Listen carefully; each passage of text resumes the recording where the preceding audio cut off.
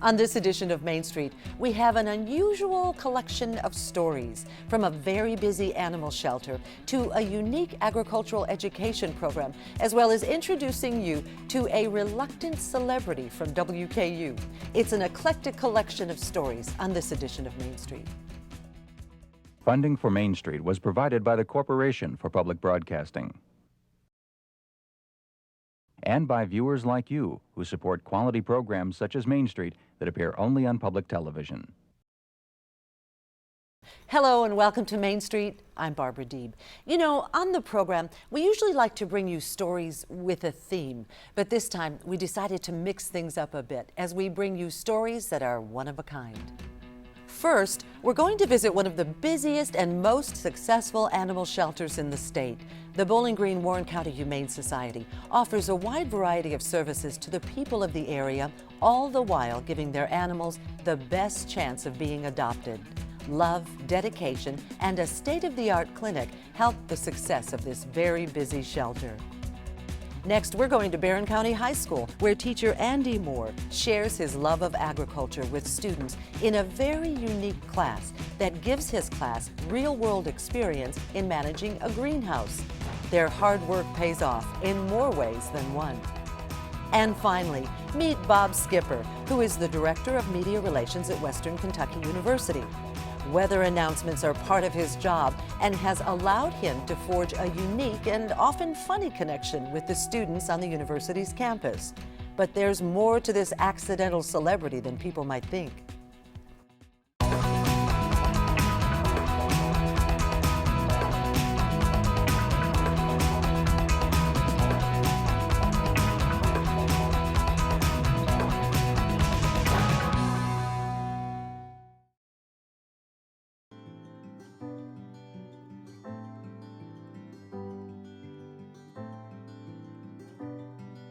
In 3 years of employment here, there has never honestly been a day that I did not want to come to work. It means everything to me as an employee here at the Humane Society to give an animal a second chance. To develop that bond, that bond of I'm caring for you, I'm giving you what you need, I'm going to get you your forever home. All of us here share that same bond and that same passion. Anybody can use the Bowling Green Barren County Humane Society's Spay Neuter Clinic. There's not a denial. You know, our prices are affordable. Most people can afford them. We will never turn anyone away. In the event that their animal is needing a specific medical attention that we can fix, we will sometimes offer a discount to that as long as they understand that if that animal is going to require sedation, that if it's not already altered, that's part of, yes, we can fix your animal's injury or ear or whatever it is, but we would only do that in the event that we can spay or neuter them.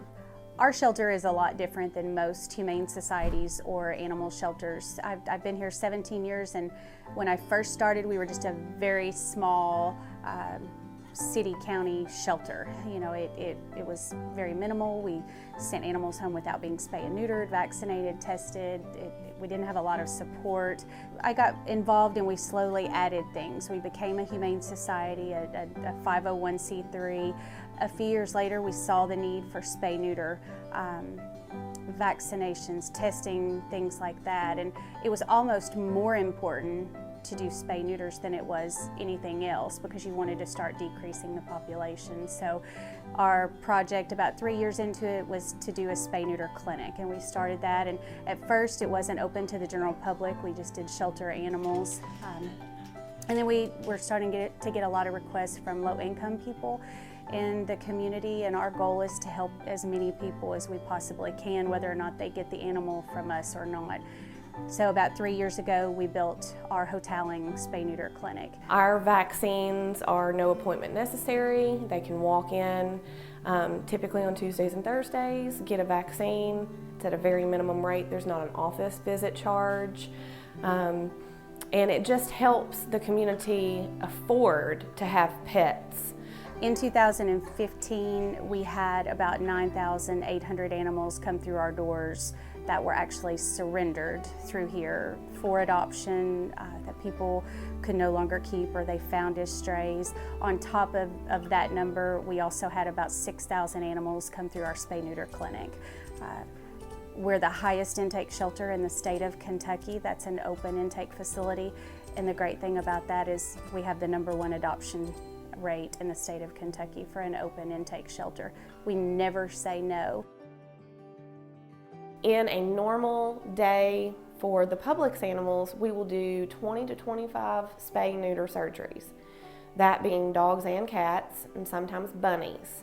But the administrative side of the clinic, they will do approximately anywhere from as few to 50 walk-in vaccinations to as many as 500 walk-in vaccinations.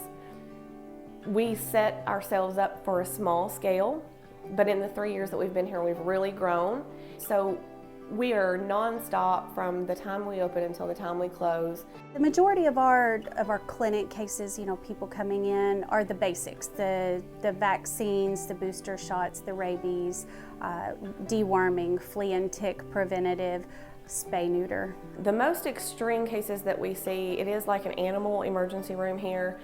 Oftentimes, someone will call during hours or even after hours, and the animal could have been hit by a car or attacked by another animal, and they need immediate medical attention. Just today, as a matter of fact, there was a surgery that we did. It was a routine spay, but while the dog was being spayed, our veterinarian found bladder stones. So it's a dangerous thing to close that animal up, let her live with bladder stones. So we went ahead and we removed all of those bladder stones today. And that took right at an hour. We don't ever want to send an animal away to have to receive anesthesia again. The fewer times in a dog or cat's life that they can receive anesthesia, the better off they're going to be. I was at home and Erin went to the Humane Society without me, and then she came home and immediately was like, we need to go back. There was a dog and I fell in love instantly. Before we actually signed the papers, we had no idea that she had a broken hip. We actually found out after they fixed her. They were in there, and that's how they found out that the bone was not okay. So they told us after and they said, well, we can, revoke the contract if you want, because I know that's a lot to deal with. But they handled it really well and they paid for her surgery completely. A lot of the times that type of thing, her bone was dying, and you're not just born with a dead bone. So they think she might have had a previous injury before she came in here and it didn't heal well. The Bowling Green Barren County Humane Society did so much to help her. They started a GoFundMe page and had to raise about $500 for her surgery, and we took her there, they took her to the vet, and they took care of everything. We wanted to do anything we could to help raise the money to where we could have the surgery done and they could keep that pet in their home. Of course, there's no way that we can do all future medical on the pets we adopt out, but ones that leave here with something that was probably there when it was here, we just feel as though that's not the job of the adopter to take care of. And it boils down to the community support we have too, because if our donors wouldn't have stepped up and made those donations, we wouldn't have been able to help regardless of how much we wanted to. Anytime a dog or cat goes home from the shelter with special needs, we will try to do everything that we can offer it as far as our veterinary services. If we can't fix that animal, we have a great relationship with several branches of vets in the city of Bowling Green and Glasgow. Ultimately, the animal gets to remain in a home, and the new adopter is not out anything for that medical condition. We think everything should have a fair chance, even if it's a senior with heartworms or needing hip replacement surgery. Even though everything is not always highly adoptable, we give everything a highly adoptable possibility. We're in this for the animals, not just our animals. We're going to keep fighting the fight, and we've got a great staff, and they work tirelessly from the time they come in till the time they go home, and even at home, to figure out ways we can save more lives.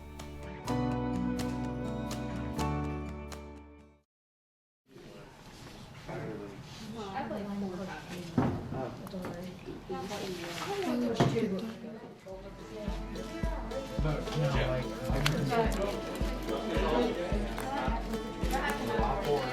We have a diverse program, which is good for Barron County because we're a diverse county. We're known for a lot of different commodities. Our program here basically focuses on horticulture, animal science, and ag mechanics. So the part of the program, that I deal with probably the most is the horticulture side. Our goal is to reflect the community. In the beginning, we raised a lot of flowers. That's mainly what our greenhouse operation consisted of. And in those past 8 years, it seems like we've moved from flowers to more and more vegetables. And the reason we're doing that is based on customer demand. We've seen that trend kind of take place, and I think what that probably suggests is that we have a lot of people that are interested in growing their own food. They're interested in the local food. It's never been better for agriculture. It's never been better for ag education. I really feel like we're putting something in front of them with classes such as this greenhouse class that is probably going to give them a little bit of an advantage, and just take advantage of what's going on in Barron County in the agriculture market and the industry. Hunter, grab this and set it right there. I hand water most of the time on the benches and stuff, and then some of the other kids are in the head house seeding and transplanting the plants that bring in here. And then the other person that's in here with me, he usually runs the misting bench and does the ferns. Thought it'd be really interesting. I mean, the purpose of the class is really to get the community to come in and see what our ag department has, and like all the vegetables and foods and stuff that we grow in here. Yeah, well.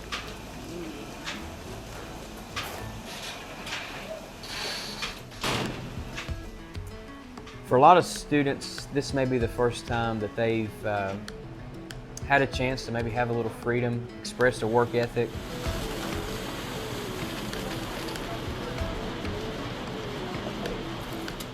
We are going to be hands-on. We're going to be a little bit non-traditional in the way that we teach, but we also have objectives. We have goals. We put a lot of emphasis on work ethic. I do think they pick up some responsibility, which kind of is embedded with the entire ag education setup.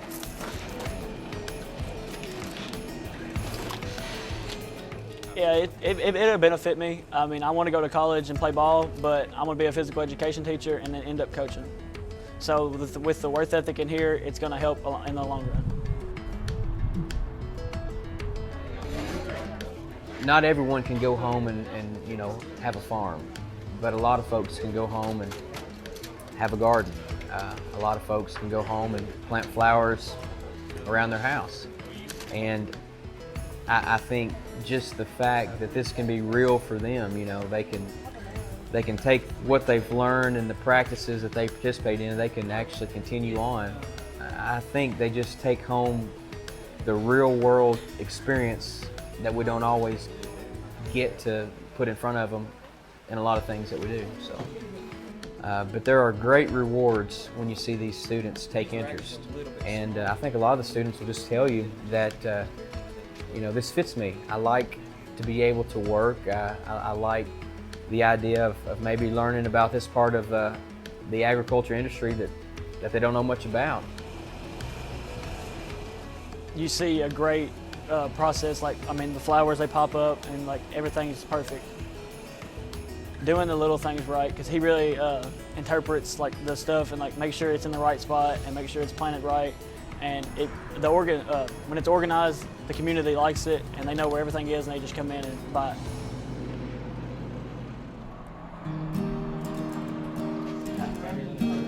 When we start selling our plants to the community in the spring, the students will, reflect back and talk about, I remember seeding this, I remember transplanting this.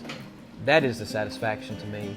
It's something that they will probably always remember. I feel really accomplished to see all the stuff that's being popped up, the flowers and stuff that's being produced, and then noticing all of our community come in and buying stuff that we've made out here. Most of the time, at the end of the sales and stuff, the whole greenhouse will be gone. We'll sell everything. These stems are going to pop. I was an ag student at Barren County High School. I was a chapter FFA president my senior year. My dad is a retired ag teacher. I really believe in the ag education setup, the structure. We can try to pull our weight as teachers, and we can try to put stuff in front of the students that is going to be current and going to reflect agriculture as it is today. But all of that requires support.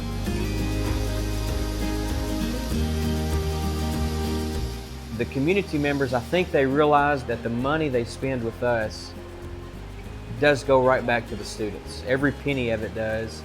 And as a teacher, my goal is to buy the things we need, but also how can I use this money to invest in the technology for our program that's going to be as close as possible to what the real world industry has going on.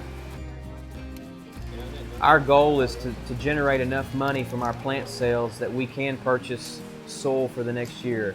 We can purchase containers, everything. You all have the opportunity to be in this class and do what we do because the students before you made that happen.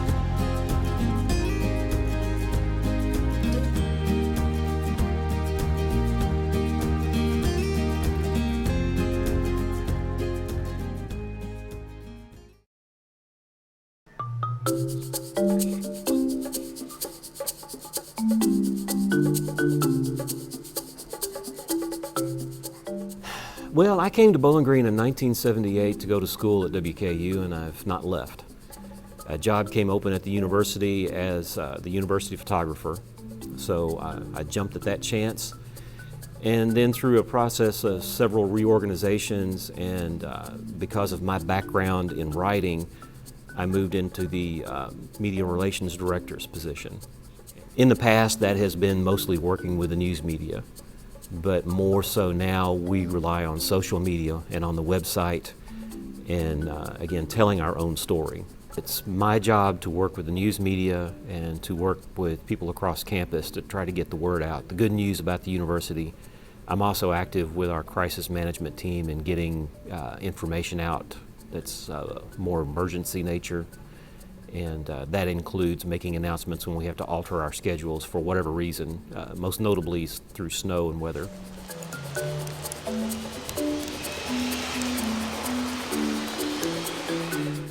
Well, I consider myself an accidental celebrity. I send the emails out to the faculty, staff, and the students, and when my email goes out, it comes out as Skipper, Bob. It's just the way the system is set up. So the students especially would praise me as a hero whenever I would announce that school was canceled or that we were closed, or they would be all over me, and as I said, I would go from a hero to a zero when we went back into session. I slowly began to interact with the students on Twitter especially, and the students seem to appreciate the fact that there's a real person behind all of this who's willing to kind of mix it up with them a little bit. Marry me, Skipper Bob. Skipper Bob for president. Someone make sure Skipper Bob gets a Christmas bonus this year. He's earned it. So I've gone from the first year of having marriage proposals and being nominated for a raise to now they've nominated me to take Dr. Ransdell's place as president. I should have a building named for me and wanting to put up a statue of me. Haven't a clue who Bob Skipper is, but I'm placing all the blame for us having class tomorrow on him, ... and Obama. Just remember that even though we have fun on Twitter, I'm just the messenger. So if you don't agree with the decision, it wasn't my decision. I'm gonna say that one. I'll take the heat for it, but just don't hate me too much.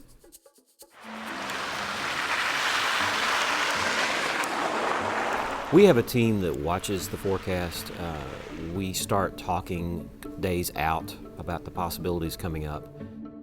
Typically, our conference call will include a representative from environmental health and safety, one from the police department, one from facilities, myself, and then we confer with the provost, Dr. Lee, and between us all, we come up with a recommendation for the university, He takes that recommendation to the president, who makes the ultimate decision on what we're going to do, and then he gets back to me, and then I start the process of communicating that decision across campus.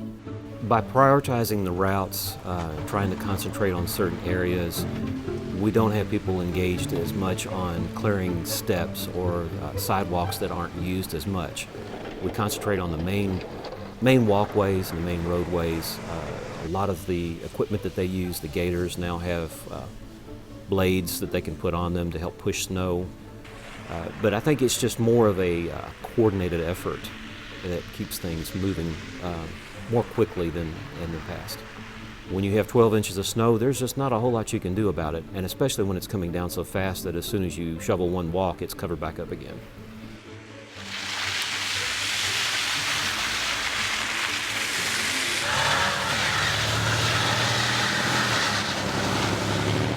If it's bad enough to cancel, or you think that we should be canceling class, then it's bad enough to stay in and stay off the roads. We would prefer that you stay home and are safe as opposed to taking a chance of wrecking your car and getting hurt. I'm also connected with emergency management through my service as a firefighter with a volunteer fire department. About 20 years ago, we moved to a small town in southern Warren County named Woodburn. My house is actually just 2 houses down from the main fire station in Woodburn. I joined there, and about 10 years ago, they decided to make me chief, and so we look out for each other, and it's almost a kind of a fraternal atmosphere. Yeah, it's good practice. Every fire, every call is different. Probably the most exciting thing about it is that you have to decide things on the fly. It's exciting, it's scary, it's messy, it's smelly. I get some dirty looks sometimes from my wife when I come back in after a run, and she can smell it on me. So a lot of it is service. I like being able to do something to help other people when they need help. I love it. And it fits well with my personality, and I bring a lot of that information into my position in dealing with crisis communication and being a part of the emergency management team for the university. You know, this eclectic collection of stories has allowed us to share some unique and interesting stories from around our area. First, we got an inside look at one of the busiest and most successful animal shelters in the state. The Bowling Green Warren County Humane Society gives their animals the best chance of being adopted by using their state-of-the-art clinic and love and dedication to get their animals their forever home. Next, we saw how a unique agricultural class on greenhouse management taught at Barren County High School gives students a real-world look at agriculture with practical applications they can use in their own lives.